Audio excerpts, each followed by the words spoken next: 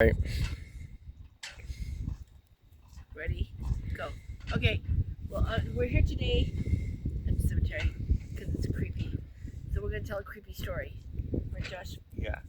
Okay. So the creepy story is about the time that we were at a motel, and we had picked a certain motel because my kids didn't like the shower, and this motel was the only motel that was down there that had a bathtub, no shower.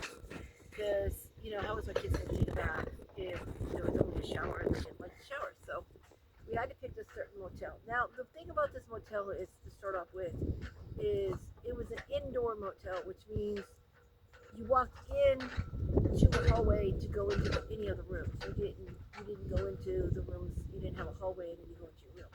It was you had that, but it was all indoor because it was in Colorado. So it was an indoor Denver, Colorado. Actually, it was all indoor, so that was a good thing because it was cold, and icky, and so that was a good thing. The other thing, and then that's why they do it, so that you're not cold during the hallways, but you're actually still cold because they don't heat the hallways. So I don't know why they don't heat the hallways, but they don't bother. But anyway, we get to this motel and we check in, and the guy was kind of strange to say the least. Very strange. He was a foreigner. I don't know where from, but he was a very strange character. Didn't speak a lot of English, and that was starting. He spoke some English, not a lot, but enough to get by, here and there, enough to get the room rented and whatever. So we gave him our credit card. We rented the room. We go to our room. Now we had no food in our room, and I had kids, of course. So first things first, I've got to get food in the room and drink because my kids are, if you have kids, they're hungry and thirsty.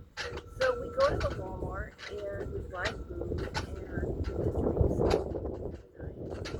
And I bought the kids toys, because they're gonna want to play, yeah, the kids are bored, the TV's not gonna, my kids were not satisfied with TV, with cartoons. So we get toys, we get food, we get everything we need, and they had a pool in this hotel. So the very next thing my kids do is they want to go swimming. Because, there's a pool. So, you got kids, got a pool. Next thing they do, they want to swim. So I'm like, okay, cool, we go swimming. So I'm like, I'm going to go downstairs and get some towels. So I go downstairs and get some towels, and the guy goes, I need some extra towels because we're going to go swimming. And he goes, why do you need more towels? And I go, because we're going to go swimming. He goes, yeah, but you're just here. That's how he talks. You're just here. And I go, yeah, I was just here checked in. It's like, no, I just give you towels. I'm like, wait, what? He's like, no. You're just here. I just give you towels. And I'm like, no. I checked in like a couple hours ago. We went to Walmart. We're back from Walmart. Now we keep doing go swimming. It's like, no. I sure. Let's check video. I'll check video. So I go back there with him because we're checking the video because he swears I was just there and got towels. And I'm like, wait, no, I wasn't just here to do the video. And so I checked the video, and I'm not on the video getting towels. And I showed him, I said, look, I'm not on the video getting towels. I was never there. The funny thing was, though, that on the video, he is seen talking to someone. He hands towels to someone that isn't there, and the towels float away. And they floated around the corner and they dropped to the ground. This is the weird part. They were on the ground around the corner. And we checked around the corner and they were on the ground. And so neither one of us could explain that. So he gave me the towels. My kids went swimming. And I kind of just shook it off as, that's just some weird stuff. Just weird, right, Josh? That's weird. That's a little bit creepy, but just weird. So I'm like, you know what? That's really not my problem. Whatever's going on down there is really not my problem. I was on the second floor. I was staying on the second floor. That was not my problem, not my issue. Whatever's going on the first floor is not my prerogative. So we went swimming. We had a great time. We came back. We dried off. And the kids were in the bathroom getting dressed. I was ready to go in the bathroom and get dressed after the kids did. And I was still drying off with my swimsuit, and because I dried the kids off my shoe. And we get all changed, and the kids start to open their toys, and I'm working on dinner. And I'm starting to, get the fixing for dinner, and I'm getting all ready to make the dinner, and I get started making dinner, and I hear this boom, boom, boom, boom on the door. And I look outside the door, and no one's there. And, well, I actually didn't tell the part about the pool, but I'll get to that later. What happened at the pool, but I look outside the door, and nobody's there. No one's there at all. And we were already kind of creeped because of the pool. Like, I'll tell you that whole story. We went to the pool, and we were swimming, and I don't know if you ever had this weird feeling, but we just kept having this weird feeling like somebody was watching us, And the kids were playing, and then all of a sudden they came back over. They go, "Mom, it feels creepy, like somebody's watching us." And I go, "Well, there's cameras watching us, so that's probably what you feel." And we just wrote it off as, we feel weird because the cameras are watching. But and then there's somebody behind the cameras, so but it just felt queer. It just felt queer. And then this guy's banging on my door, and there's nobody there. I look out the people, and there's nobody there, and I kept telling everybody in the room. I said, "There's just nobody there." And the kids are like, "But Mom, there has to be somebody there." And I'm like, "There's nobody there." And I'm like, "Should I open the door?" And they're like, everybody's like, "No, no, no, no, no, no." So we're thinking about this, and about this time the phone rings. Okay. And the manager, of course, is calling me, and he says, "What's all that noise up there?" And I go, "Well, I don't know. Somebody's beating on my door, but I can't see anybody." I go, "Can you see the hallway cameras? Is anybody in the hallway?" And he goes back, he goes, "I'll check." So he goes back and he looks, and he comes back and he goes, "No. No." And I go, "Well, that's what I'm seeing out my people, nobody there."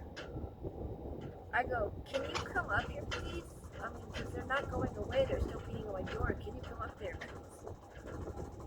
And this manager, I kid you not, he said, "No." And I said, "Wait, what? You're the manager of the hotel, and there's a problem in your hotel. Can you come up here, please?" And he's like, "No." And I go, "Why not?" And without skipping a beat, he says, "I'm not stupid." And he hung up the phone. And I'm like, what does that mean? He's not stupid. I don't understand. So I was like, okay, and there's somebody still beating on my door. And he hung up on me. And I'm like, what is going on? So we're like, okay, we're just going to ignore that somebody's at the door. We're just going to try to ignore it. But they're beating on the door. Well, I guess I wasn't the only one on the second floor. Well, obviously I wasn't the only one in the hotel. Because people kind of started coming out of their rooms trying to figure out what all this noise was. And I wasn't going to open the door. I mean, the manager ain't even coming up. I'm not going to open the door. That's just stupid, okay? So, I mean, no, there's no way. So other people are coming out of their rooms, and I can see, across the hall on the other side of both sides, I can see I could see the people coming out. Oh, that's a bee. I could see the people coming out of the room. And no, you go on. And that bee likes me. Oh, that's because I'm holding candy. That's why he likes me. I'm holding candy. But anyway, so they're wondering. They're out there in the hallway, standing behind this guy, and or the there, and then it stops. And so I'm like, oh, thank God, it stopped. So we start watching a movie, and the kids are playing with their little, you know, racetrack and everything, and their toys. And they're playing choo-choo trains with the little red train I got them. And I'm watching a movie now, and I'm getting into my movie, doing my puzzle like I always do. And I got all comfortable because I had made dinner by now, because I this whole door thing, I was making dinner the whole time. Going every once in a while to the door to check on the door. And so I get dinner served, and we eat, and we're sitting down, and we're comfortable, and watching a movie, and we're getting all good. And all of a sudden the police show up.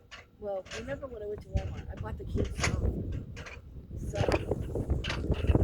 apple cider, and I bought them some grape juice. Well, they're going to have Walmart in these big, looks like wine bottles with this apple cider and grape juice.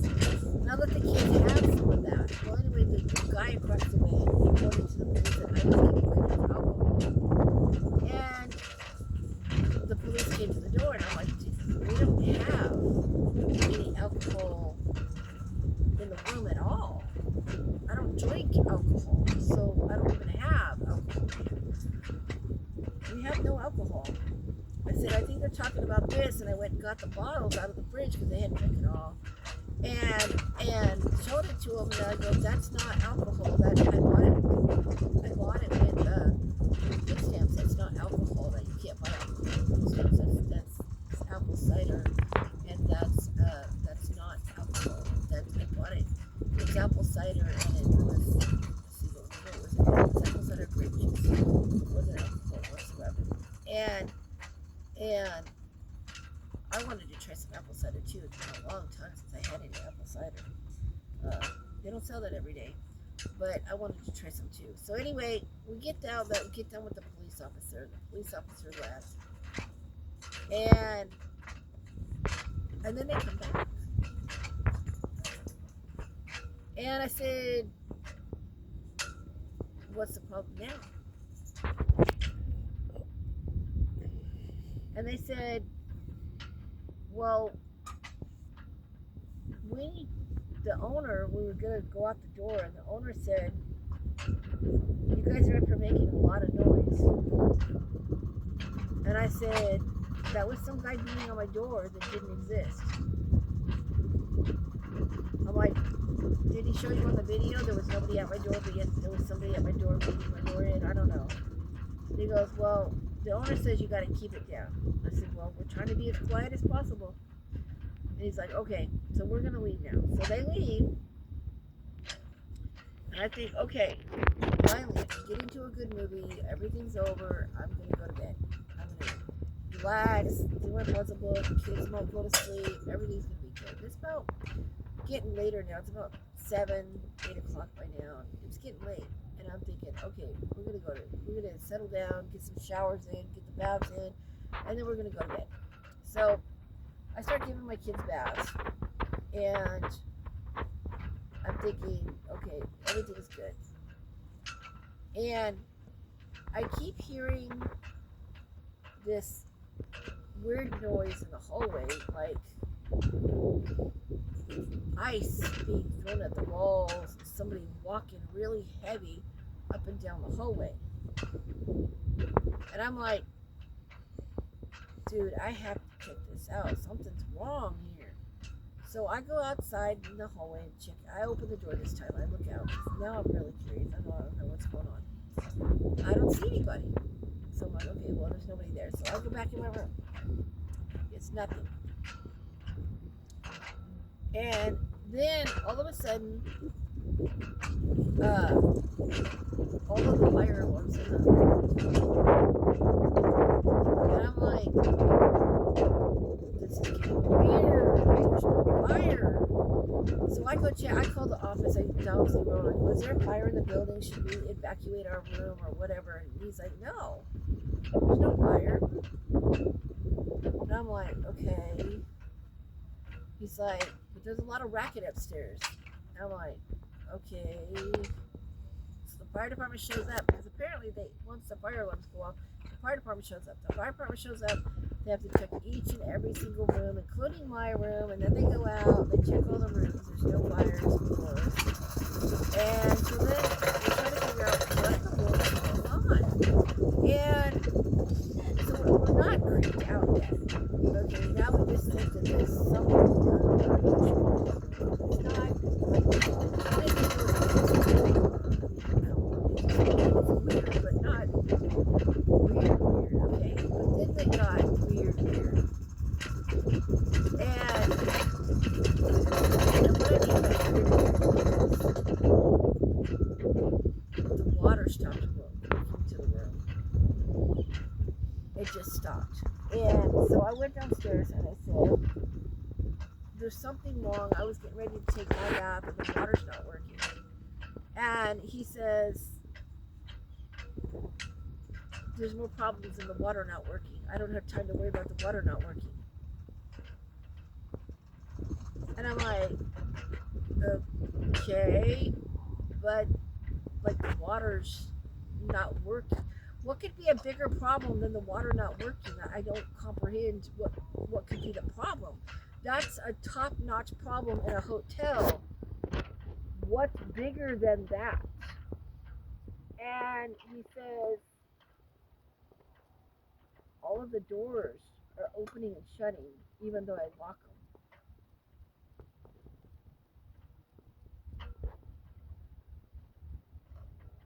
I'm like, well, maybe the locks are broke. You know, I mean, maybe the locks are broke, the water line froze, and we go check on that, and the locks are broke. So I'm sure that it's still not ghostly phenomenon. Okay, I'm absolutely sure. I told him that I thought the water, it was cold. It was cold. It was a little bit cold. It was below freezing. So I thought the water lines froze. I thought that the blocks probably just broke or they froze up. That's what I'm thinking. You know, that the blocks, froze up. I was making sense of everything.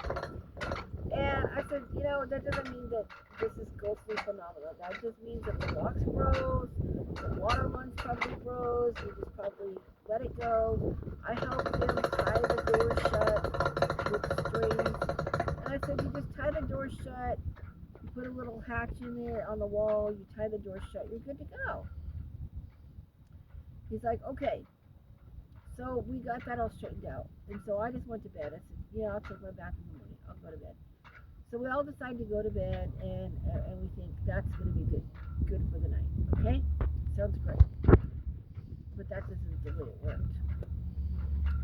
I thought that would be the way it worked. That wasn't the way it worked. Now the kids did go to bed. They went to sleep. They slept like hogs. And all of a sudden,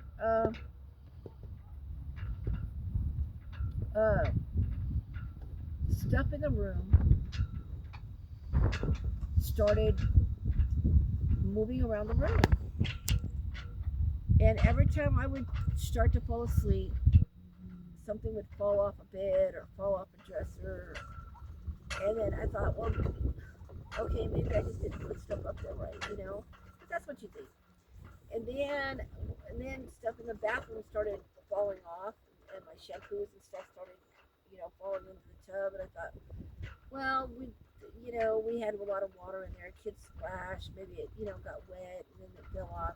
I made justifiable things of everything. But then there was this last thing I couldn't justify at all.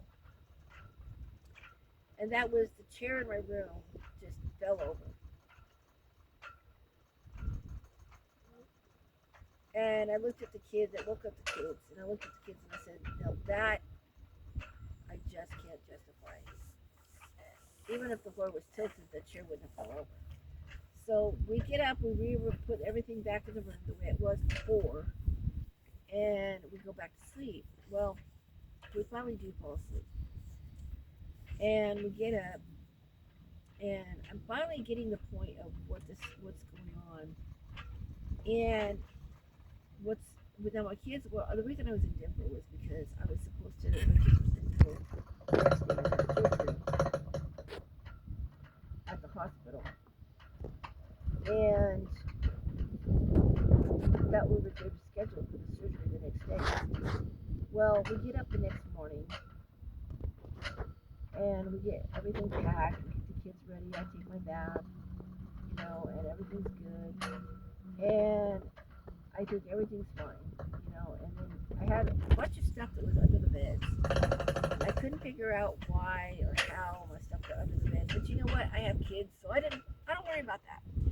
So when you have kids, chaos is always chaos is a whole thing. So you don't think about ghost stuff a lot because when you have kids, it's normally chaos. Chaos is normal. You just blame it on one of the kids and you move on. You're like, oh, it was the kids. Oh, it was the kids. And you do a lot of, oh, it was the kids. Even if stuff happens in front of you, you're kind of like, oh, it probably was the kids. And so we get out to the car, and all four of our tires just flat. Okay. And, of course, we had an air pump, so it wasn't really a problem. And I couldn't figure out why all four of our tires would be flat.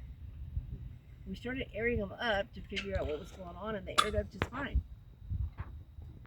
And I said, that's odd. It's like someone took the air out of our tires. But you know what? Whatever. We left the motel. We think everything's fine. It's good.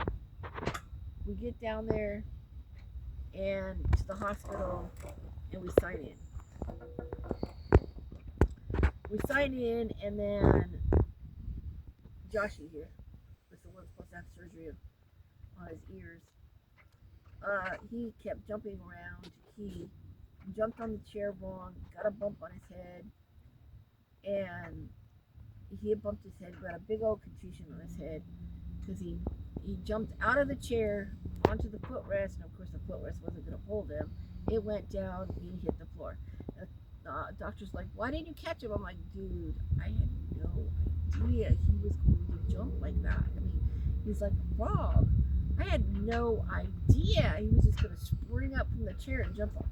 Well, who would do that? I thought he knew that wasn't going to be up there for good. But apparently,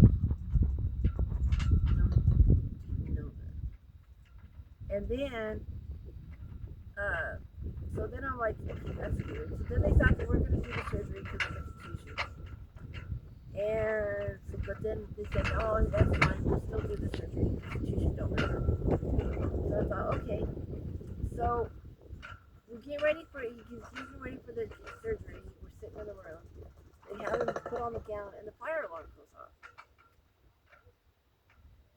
And so then they had to evacuate the whole hospital because of this fire alarm. And I'm outside in the parking lot, and it's past the time we were supposed to do the surgery, and I'm like,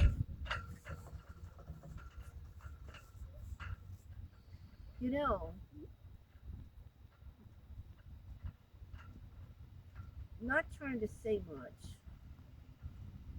but there comes a time when you realize that somebody might be trying to tell you something.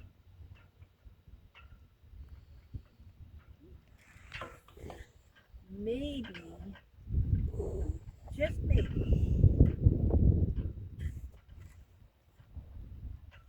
I'm not supposed to do this today.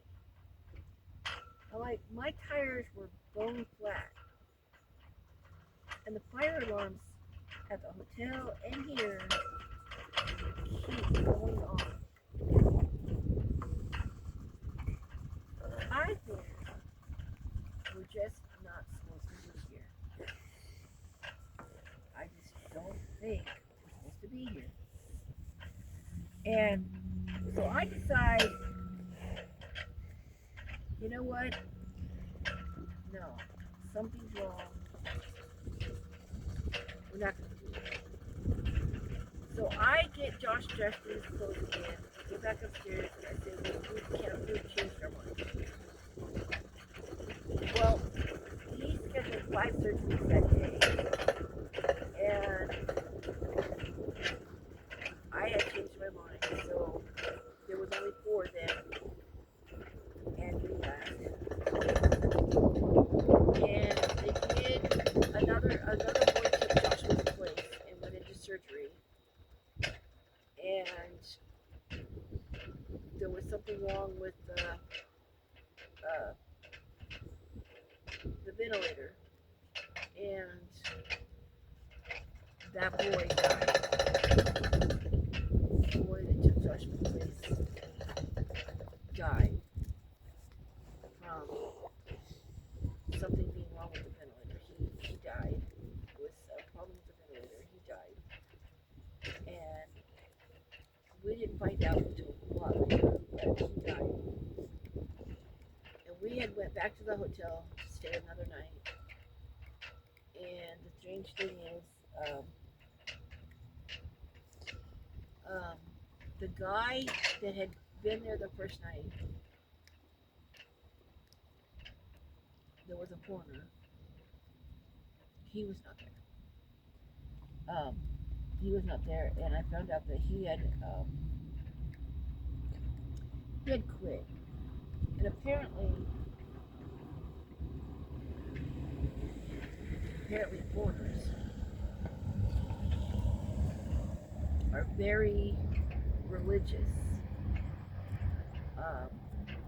and he was too religious, and he had decided that something weird, spectacle, whatever was going on, and he kept saying that he saw me walking around the hotel, and so he quit. He quit. He was a manager of the hotel, but he had quit the day while we were at the hospital. He had quit. So when we went back to the hotel to stay that night, there was a different guy working, and the first guy had quit. And I was like, I wanted to call him and tell him, no, I had figured the whole thing out. But, of course, they weren't going to give me his phone number or let me know where he was or whatever. The second night that we stayed there, none of that stuff happened. We went swimming again, the whole 9 yards. No, it didn't feel like anything was bad or watching us or anything such a thing. But then they said to me, they had told me that for some reason they had told me that wasn't the first time that had happened at that hotel. That the reason he had actually quit was because it was an ongoing phenomenon, meaning that it happened multiple nights, multiple times. It was an ongoing thing, and it had just came more to life the night that I was there than usually. Usually 1 or 2 things happened. On the night that I was there, all kinds of stuff was happening. And then we stayed that night, and we left. We left that night, and we left the next morning, and everything was fine that night. Everything was good that night. Nothing happened, nothing got moved around, nothing was under the bed. Everything was good that night. We went home, and the next day, the motel burned down. And the weird part was the fire started in my room. And my room wasn't rented out.